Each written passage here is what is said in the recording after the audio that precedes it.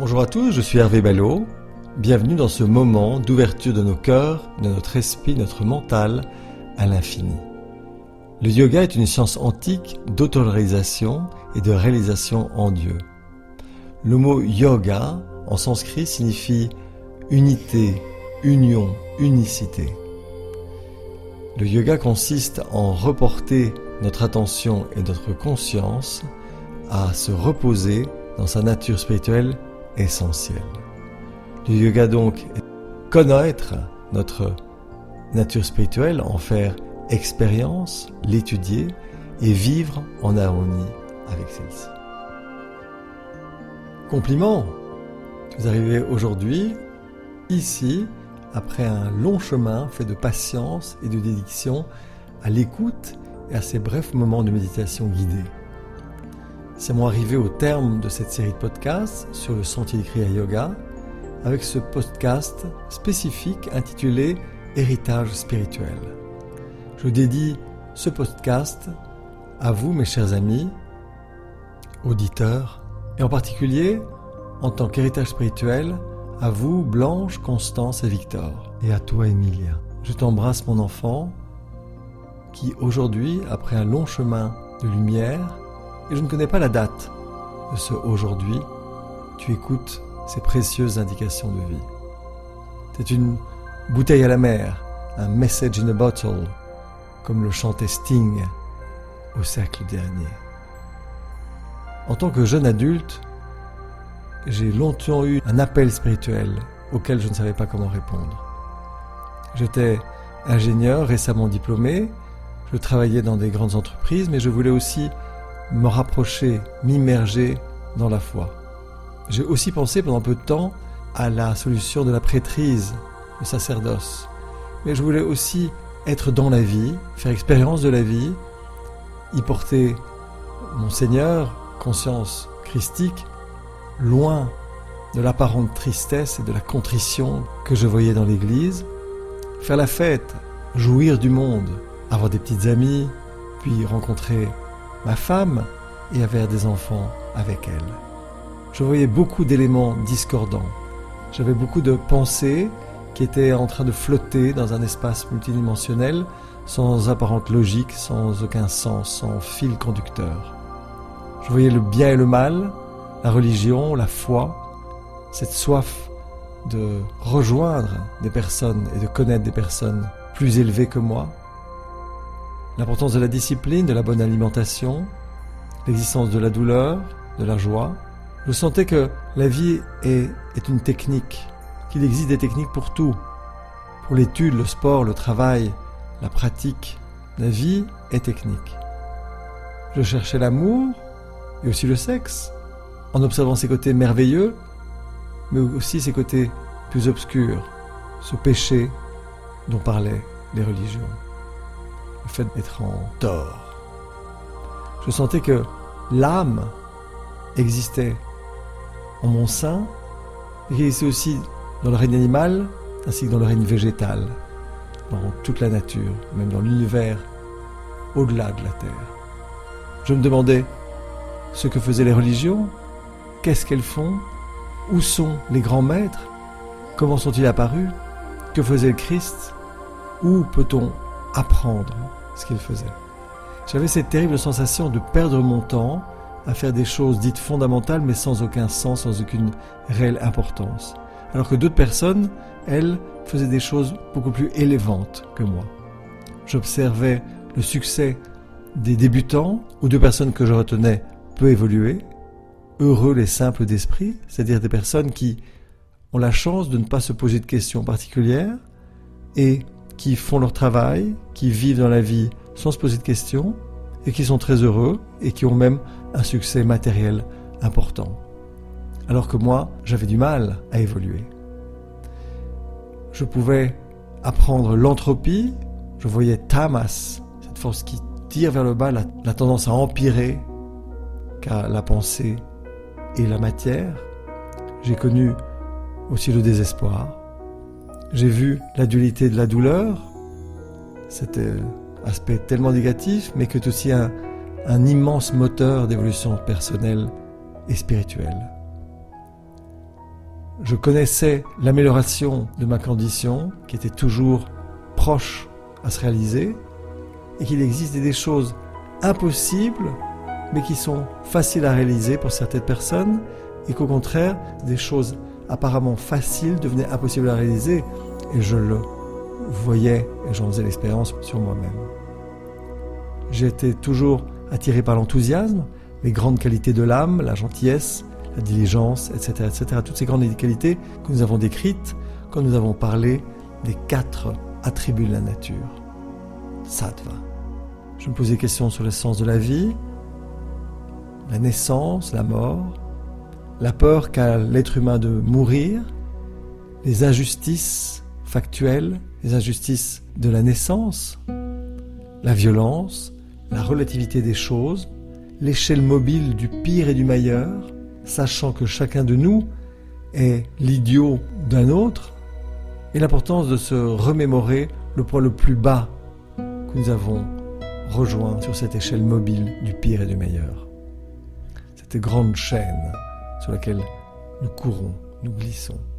J'avais l'intuition, sans pouvoir le nommer, de la prison du corps et de l'esprit, ces 2 montagnes insurmontables qui nécessitaient une autodiscipline forte, qui n'était pas une douleur, mais la mère de toutes les joies. Je voyais les expectations, les expectatives, les attentes toujours déçues un jour ou l'autre, et qui allaient contre les conseils du New Thought, qui disait « Manage your expectations ». Gère tes attentes. Plus tes attentes sont hautes, plus tu risqueras d'être déçu. Je voyais comme la vie peut changer en changeant de perspective, comme nous l'enseigne la physique quantique, où le résultat d'une expérience dépend de la position de l'observateur. Je voyais l'entanglement, qui signifie que l'espace n'existe pas et que le bombardement d'une partie d'un atome se passe exactement au même moment dans la deuxième partie de cet atome, si cet atome a été séparé même de milliers de kilomètres. Et donc je me demandais, mais est-ce qu'il y a vraiment une absence totale de manuel d'utilisation pour l'être humain? Pourquoi est-ce qu'il ne le livre pas au moment de la naissance? Ah, mais elle était dans la placenta. Il fallait la garder, nous disait en riant une sage-femme. Il fallait donc aller à tâtons de manière éternelle. J'ai toujours su qu'il y avait quelque chose. Je sentis que tu es avec moi, que tu es moi, en imaginant Dieu. J'étais certain du rôle essentiel, mais totalement insuffisant, de l'œuvre des religions, avec leurs dogmes et leurs commandements. Les religions font un travail splendide, depuis des centaines de milliers d'années, et qui porte à nous faire comprendre et avoir l'intuition que Dieu, que la conscience existe, qu'il y a quelque chose avec nous, à chaque instant. Mais je savais aussi, avec certitude, qu'il y avait beaucoup plus, qu'il existait beaucoup mieux, qu'il y avait quelque chose de beaucoup plus efficace, et que ces choses efficaces, les grands saints et les grands sages de toutes les religions et traditions antiques le faisaient depuis des milliers d'années. Je voyais que chacun trouve midi à sa porte, que chacun est convaincu de faire la chose la plus opportune à chaque moment, que chacun considère avoir raison. Je voyais la différence entre l'introversion et l'extraversion, que nous pensons être ce que nous faisons, comment nous nous appelons, ce que nous consommons, ce que nous gagnons, comment nous dépensons ce que nous gagnons, avec qui et de quelle manière. Tout ça en dehors de l'aspect le plus pur qui est en nous, notre soi, notre moi, majuscule. L'impermanence de la matière et des situations factuelles autour de nous. Pantarei uden menei, nous enseignent les philosophes grecs. Tout coule, rien ne reste. Alors que je sentais qu'il y avait quelque chose de permanent, depuis toujours, pendant ma vie et au-delà de ma vie. Mais je n'arrivais pas à mettre la main dessus, à le définir.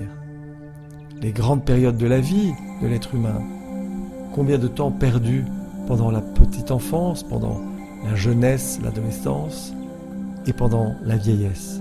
Cette fenêtre disponible pour la vraie croissance, l'évolution spirituelle, au moment où la conscience est la plus claire, c'est aussi le moment où l'être humain est le plus occupé dans la vie de tous les jours pour pouvoir subvenir à ses besoins. Et donc, ce grand défi posé à l'être humain de la croissance spirituelle, en vivant dans la vie. La réponse à toutes ces questions est dans les enseignements que nous donne le yoga et que j'ai essayé de vous faire partager au cours de ces podcasts. C'est une matrice à multiples dimensions. Peu importe où on y entre, la chose importante est d'y entrer, de prendre une des portes d'entrée, de ne pas faire de spiritual shopping, mais de commencer une pratique spirituelle. Paramahansa Yogananda nous disait « Dig your own hole », creuse ton propre trou. Quand tu as trouvé quelque chose, reste-y et creuse. En considérant les 8 branches du yoga, un bon point d'entrée peut être la pratique physique, ça a été le cas pour moi. Patanjali, dans les Yoga Sutras, la Bhagavad Gita, nous explique ce qu'il se passe et pourquoi cela se passe. C'est une notice explicative de l'être humain. Et on nous y parle de différents éléments, apparemment détachés l'un de l'autre, indépendants l'un de l'autre. Mais 2 choses en particulier constituent un système de self-locking, d'auto-bloquant de l'homme, prisonnier du corps et de l'esprit. Et on se rappelle, ce sont les 5 afflictions, ce sont les pancha klesha qui créent un obstacle à la réalisation du grand c'est, du grand moi. Avidya, l'ignorance de sa propre essence au moment de la naissance. Ajmita, l'égoïsme, l'identification erronée sur le corps et l'esprit, donc en fait de s'identifier au corps et à l'esprit. Raga, l'attachement à tout ce qui peut satisfaire les désirs du corps et du mental.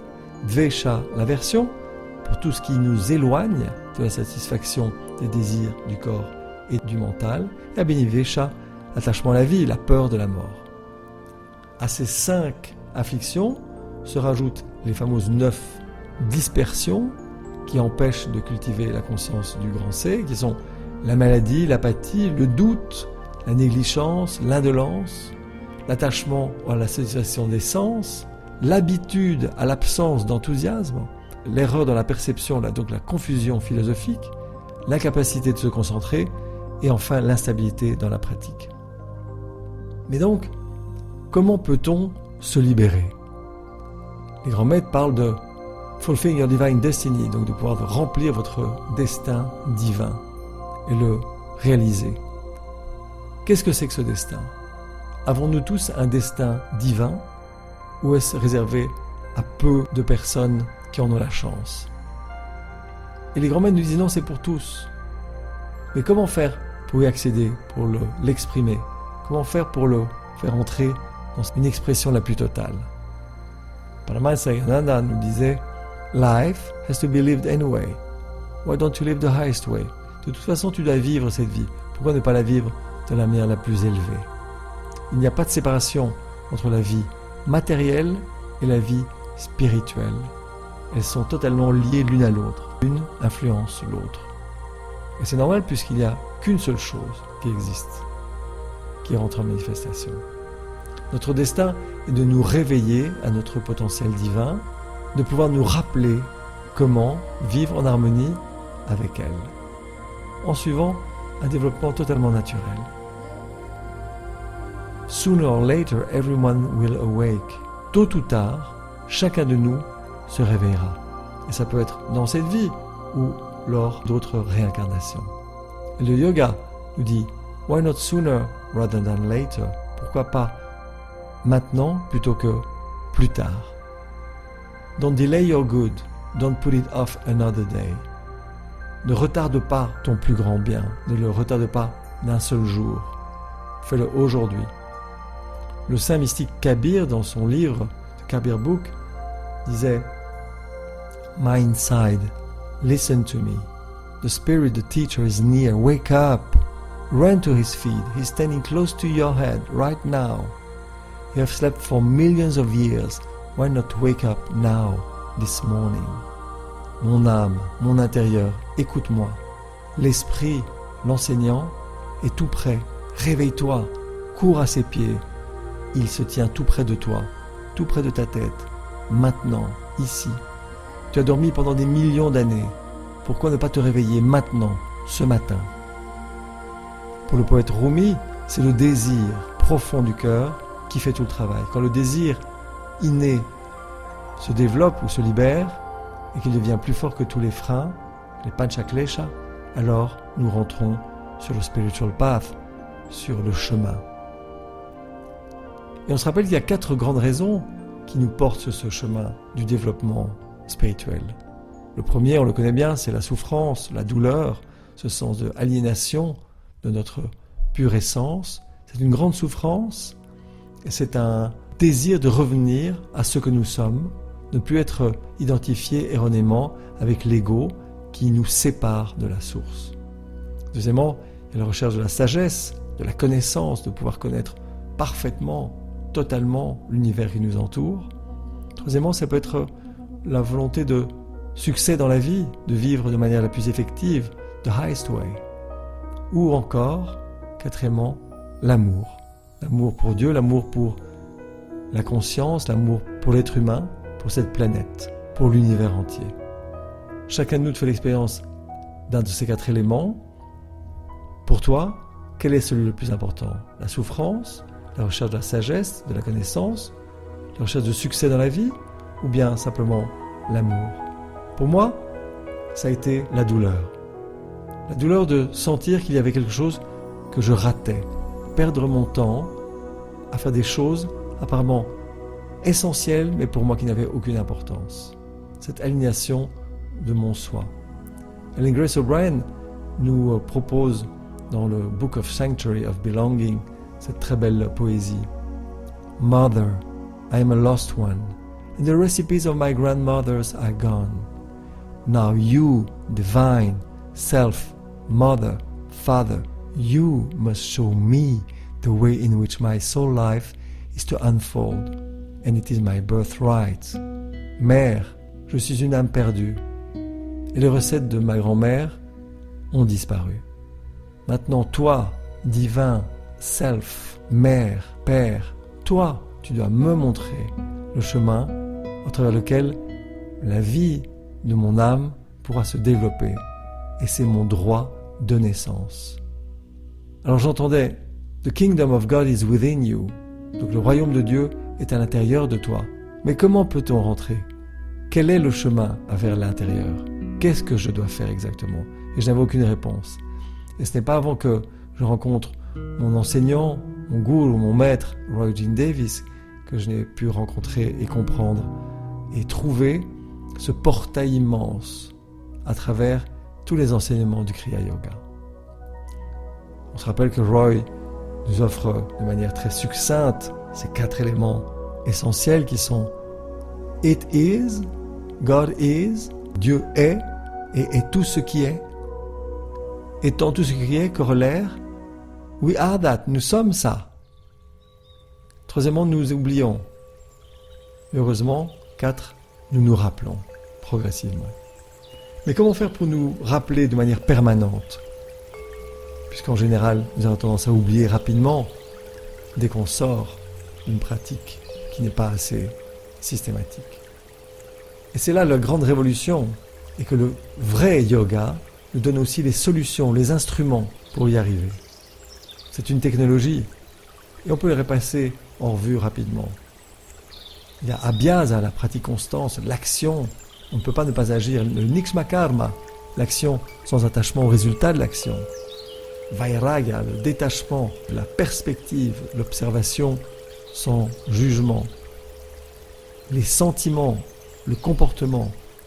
En cultivant le sentiment d'amitié pour qui est heureux, de compassion pour qui n'a pas de chance ou qui souffre, la joie pour les vertueux, l'équanimité, la neutralité pour les non-vertueux, nous permettent de rentrer dans un état de conscience et de calme impassible.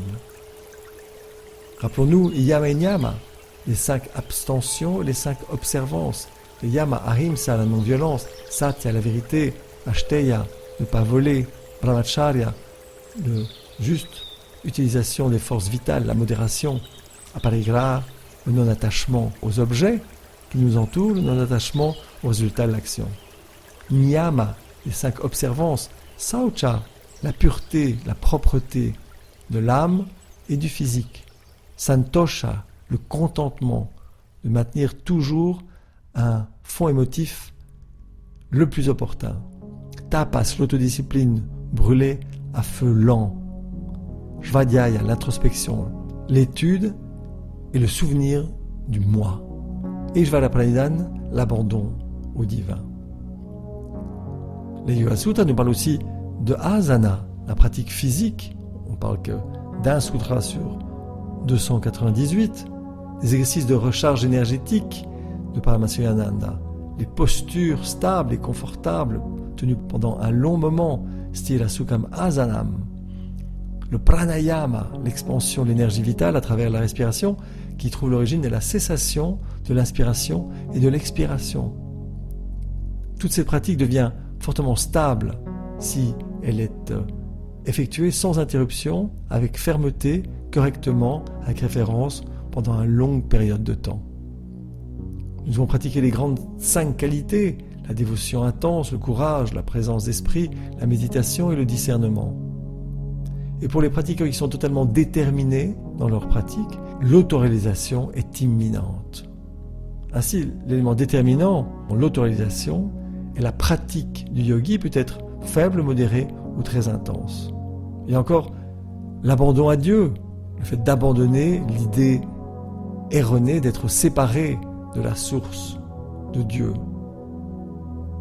La pratique du nixmakar, on l'a vu avant, l'action avec renoncement au résultat de l'action, les affirmations positives et les visualisations, l'imagination créative de Eugene Davis et de Yogananda, nous l'avons vu dans le podcast précédent, le Pratipaksha Bhavanan, c'est-à-dire que quand notre esprit est dominé par des pensées négatives, il faut pratiquer le contraire, comme le Christ qui tendait l'autre joue. Donc faire exactement le contraire de ce que, en général, on peut s'attendre de nous, pour naturellement le meilleur. Donc le yoga est une technologie. La technologie de la méditation du Kriya Yoga est la plus pure, la plus antique, qui brûle à feu lent toutes ces semences karmiques et qui les affaiblit en éliminant les rebuts. Le rebut des désirs et transcende le mental et le physique. Donc la pratique constante et directe du yoga, dans ces 8 formes, dont naturellement l'étude des grands textes, sont devenues pour moi, dans mon expérience naturellement, comme un fil conducteur de conscience, un fil qui est enfilé dans l'aiguille de la pratique constante. Et ce fil et cette aiguille, tenus ensemble, permettent de passer à travers tous ces petits anneaux de toutes ces réflexions, de toutes ces pensées que nous avons vues avant, et qui flottaient autour de moi, apparemment sans sens, sans logique. Mais en tirant le fil, en faisant un nœud, ils m'ont permis de toucher du doigt, de comprendre, de faire l'expérience que la réalité autour de nous était une seule chose, unique. Dernier conseil, en anglais, don't try to be anyone else but yourself. Donc n'essaye pas de devenir quelqu'un différent de qui tu es. Pratique la méditation profonde tous les jours. Lis, informe-toi, toute l'information, aujourd'hui, désormais, est disponible, on le voit sur Internet. Naturellement, cherche les sources qui sont fiables. Paramahansa Yogananda nous disait « Read a bit, meditate more, think of God all the time ». Read a bit, donc des lectures inspirantes, l'étude. Meditate more, n'essaie pas de devenir un méditant techniquement trop fort, mais simplement laisse-toi t'abandonner en appliquant les bonnes techniques, progressivement, en fonction de ce que tu peux supporter comme technique, tous les jours, de manière à pouvoir emporter avec toi cette paix portable qui te permet de vivre dans un état de conscience tout au long de la journée. And think of God all the time, pense à Dieu tous les jours, immerge-toi et sois conscient d'être interpénétré par cette conscience, ce spectre électromagnétique à chaque instant. Donc la conscience vient de l'intérieur, et les grands maîtres spirituels sont des catalysateurs qui nous permettent de nous réveiller à cette vérité que nous avons toujours connue, que nous savons depuis toujours, mais qui a été recouverte par le voile de l'ignorance. Il n'est pas nécessaire de chercher trop hâtivement un enseignant, un gourou. L'enseignement vient tout seul au fur et à mesure que le désir profond de l'âme devient plus fort que tous les freins qui nous tirent vers le bas, les fameuses 5 limitations du Panchaklesha. Enfin, n'oublie pas que le bonheur est une décision. Faisons une pratique constante, avec détachement, en changeant de perspective sur toi-même et sur les résultats des autres et de ce qui se passe autour de toi. Une partie du mental, Manas, croit tout ce que Buddhi, l'intelligence discriminante, lui raconte. Ton cerveau croit tout ce que tu lui racontes. Et raconte-lui que tu es heureux, aujourd'hui et maintenant. Il se relaxera et l'univers répondra à cette affirmation. N'oublie jamais plus que tu es partie d'un tout, une unité de pure conscience individualisée, une facette d'un unique diamant, un aspect unique parmi une infinité d'aspects d'une et seule chose. Une âme incarnée qui possède un corps et un mental humain, son temple, et qui fait expérience de l'existence avec un E majuscule sur la planète Terre. Observe la Terre, vue de l'espace. Observe le champ magnétique de la petite planète bleue qui nous protège des bombardements cosmiques. Observe la finesse, la fragilité de son atmosphère qui nous protège des radiations solaires. Regarde-la passer, lancée dans l'immensité de l'espace à une vitesse de presque 2 millions de km/h. Change de point de vue. Rappelle-toi toujours et reconnais la grâce que nous avons de vivre sur ce minuscule grain de sable, les seuls dans le règne minéral, végétal et animal dotés de libre arbitre. Te souviendras-tu de ce que tu es et qui tu es? Le sentier du Kriya Yoga te sera toujours ouvert. Si un beau jour, après avoir fait l'expérience de la pratique méditative quotidienne Hong So, tu voudras, en tant que chercheur sincère de la vérité, recevoir l'initiation, recevoir la première clé du Kriya Yoga, je serai là pour toi. Ça a été vraiment une grande joie pour moi d'être avec vous durant tout ce parcours, même si en réalité je connais peu d'entre vous. Rappelle-toi de vivre intensément, ici et maintenant. On se reverra. Namasté, révérence pour le divin qui vit à travers toi. Om Shanti, Shanti, Shanti.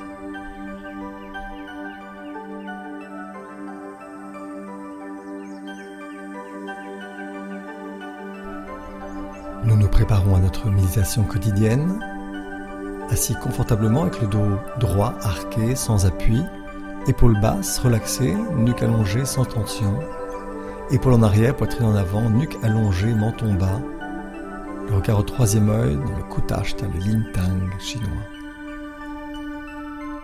Avec la langue, prenons Ardha Keshari Mudra, la pointe de la langue dans la partie molle du palais, légèrement.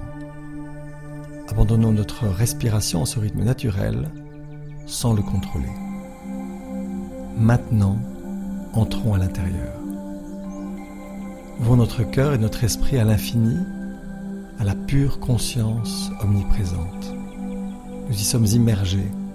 Elle s'exprime en nous, autour de nous, à travers nous, dans tout et tous ce qui est.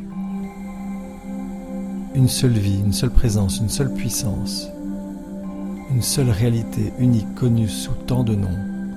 Esprit absolu, conscience, sagesse, Dieu, Purusha, Ishvara, Allah, Jéhovah, Rama, Satanamaha. Cette réalité est la source, le support et la substance de tout et tous ce qui est dans l'univers, partout et à chaque instant. Nous en sommes la manifestation. Reconnaissons que précisément ici où nous sommes, juste maintenant, à ce moment précis, cette réalité est totalement présente, pleinement éveillée et active à travers nous. Prenons conscience et rappelons-nous que nous sommes comme des vagues sur l'océan de cette conscience divine. Quand nous méditons, nous portons notre attention et notre conscience de l'extérieur vers l'intérieur, de manière à reposer en cette conscience, en y reconnaissant notre nature essentielle. Nous tournons simplement notre attention de la périphérie de notre conscience vers la profondeur au fond de nous, comme les vagues retournent vers la mer. Prenons conscience de notre respiration, observons son flux naturel. Inspirons et expirons profondément. Inspirons, chantons mentalement le mantra Hang, l'énergie monte. Expirons, sort, abandonnant toute pensée ou concept erroné de séparation. Observons et laissons pensées et sentiments flotter dans l'esprit. Et sans plus les écouter, les laissons s'en aller au loin. Si des pensées, sensations physiques, corporelles ou des bruits dans l'environnement distraient notre attention, retournons doucement à l'observation du mantra Hong So.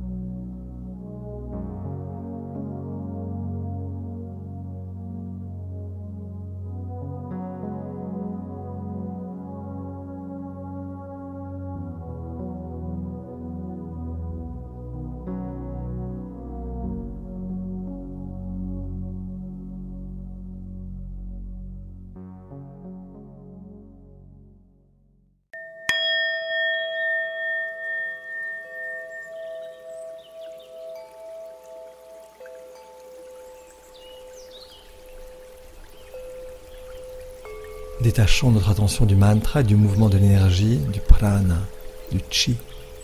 Reprenons conscience de notre corps physique, de son poids sur le sol, et faisons une longue inspiration suivie d'un long soupir. La paix émane de l'essence de notre être et envahit notre mental, notre nature émotive et notre corps physique. Nous pouvons emmener avec nous, partout et à chaque instant, cette paix portative, comme disait Paramahansa Yogananda. Lentement, gentiment, quand tu es prêt, ouvre les yeux.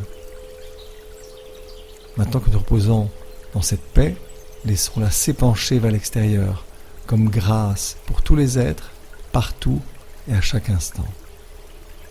Que ta lumière intérieure illumine le monde et rappelle-toi de porter dans le silence de ton cœur paix et joie à tous ceux que tu rencontreras. Namasté.